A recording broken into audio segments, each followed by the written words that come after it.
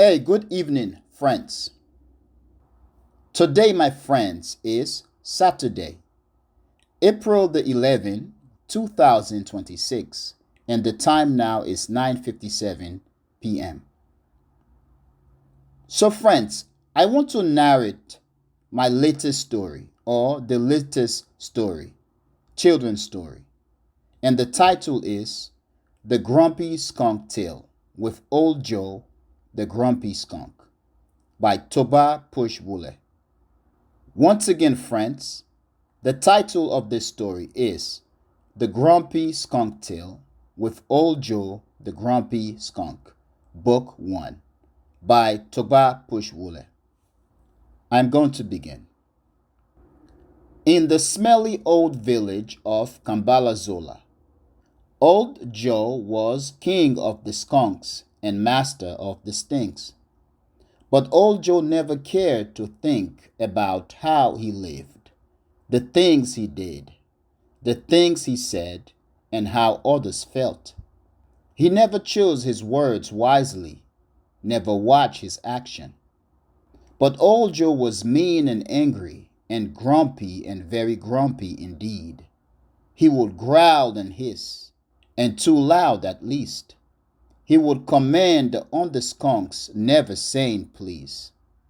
He would bark at them, and he was not even a dog. He bossed them around in the rain, snowstorms, and even in fog. And sometimes he croaked and croaked like a frog, and then squeaked and chirped like a bug. So much so that the other skunks were afraid.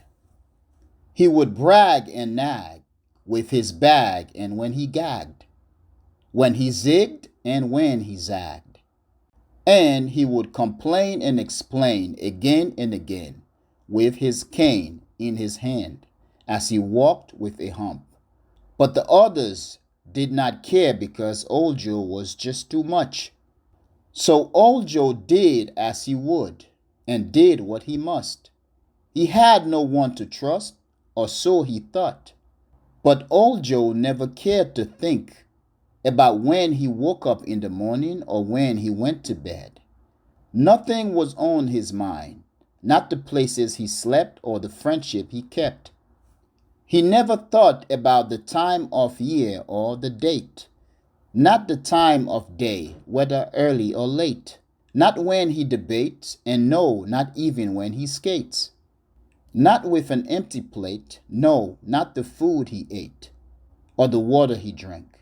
Not when he was with Frankie or away from Frank. His mind was blank at home and at the bank. But he thought everyone must shower him with many things just for being Old Joe, the grumpy skunk. Old Joe lived a dirty, carefree life.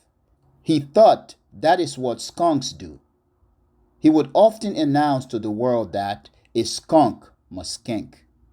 Old Joe was all too content under the pile of rotten planks which he called his home. But up, the highest heap of the smelliest rubbish was his throne. It was the top of his world, his smelly old kingdom. He was surrounded by rubbish, and he lived with it throughout his life, without friends and not even a wife. But please beware, there in Old Joe's kingdom, busted cans and broken glasses were everywhere. I am king of the skunks and king of the stinks, king of the dirt and of everything. And so I must say it loud and clear. Indeed, Old Joe was always very loud and clear that he was king of the skunks and king of the stinks and king of the dirt and king of everything. Some say king of many things. And Old Joe got fatter and fatter, eating whatever he could find in the dumpster. Rotten meat, spoiled rice, and even rotten lobster. A proud king indeed, king of the skunks and master of the stinks. A proud ruler of his smelly old kingdom.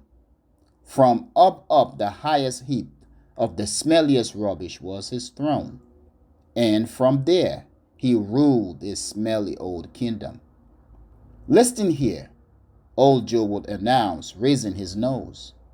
"No skunk is as kind or wise as I am. I ruled fairly and with the grandest things. There will never be a better skunk than me." No matter where he was, in his den, underneath the rotten planks, or in a dusty old bag, old Joe was always busy ruling from the top of his smelly rubbish pile. And old Joe throws a tantrum like a rowdy child when he does not get his way. In his dirty old village, which no one had ever cleaned, in the middle of nowhere, where no one had ever been, all too discouraging, a place that no one had ever seen, except his skunky buddies, who were never tired of the stinks. "But I am the nicest, fairest king who rules with wisdom," old Joe would brag. He always wanted other skunks to do as he said, whether they were eating or playing. "I am the king, and I should be brave and bold when I decide. I should always get my way. Being king means I always get my way." That is what old Joe would say, having these constant outbursts every night and day. So old Joe was grumpy, and very grumpy indeed. He would growl and hiss, and too loud at least. He would command the under-skunks, never even saying please. He would bark at them, and he was not even a dog. He bossed them around in the rain, in snowstorms, and even in thick fog.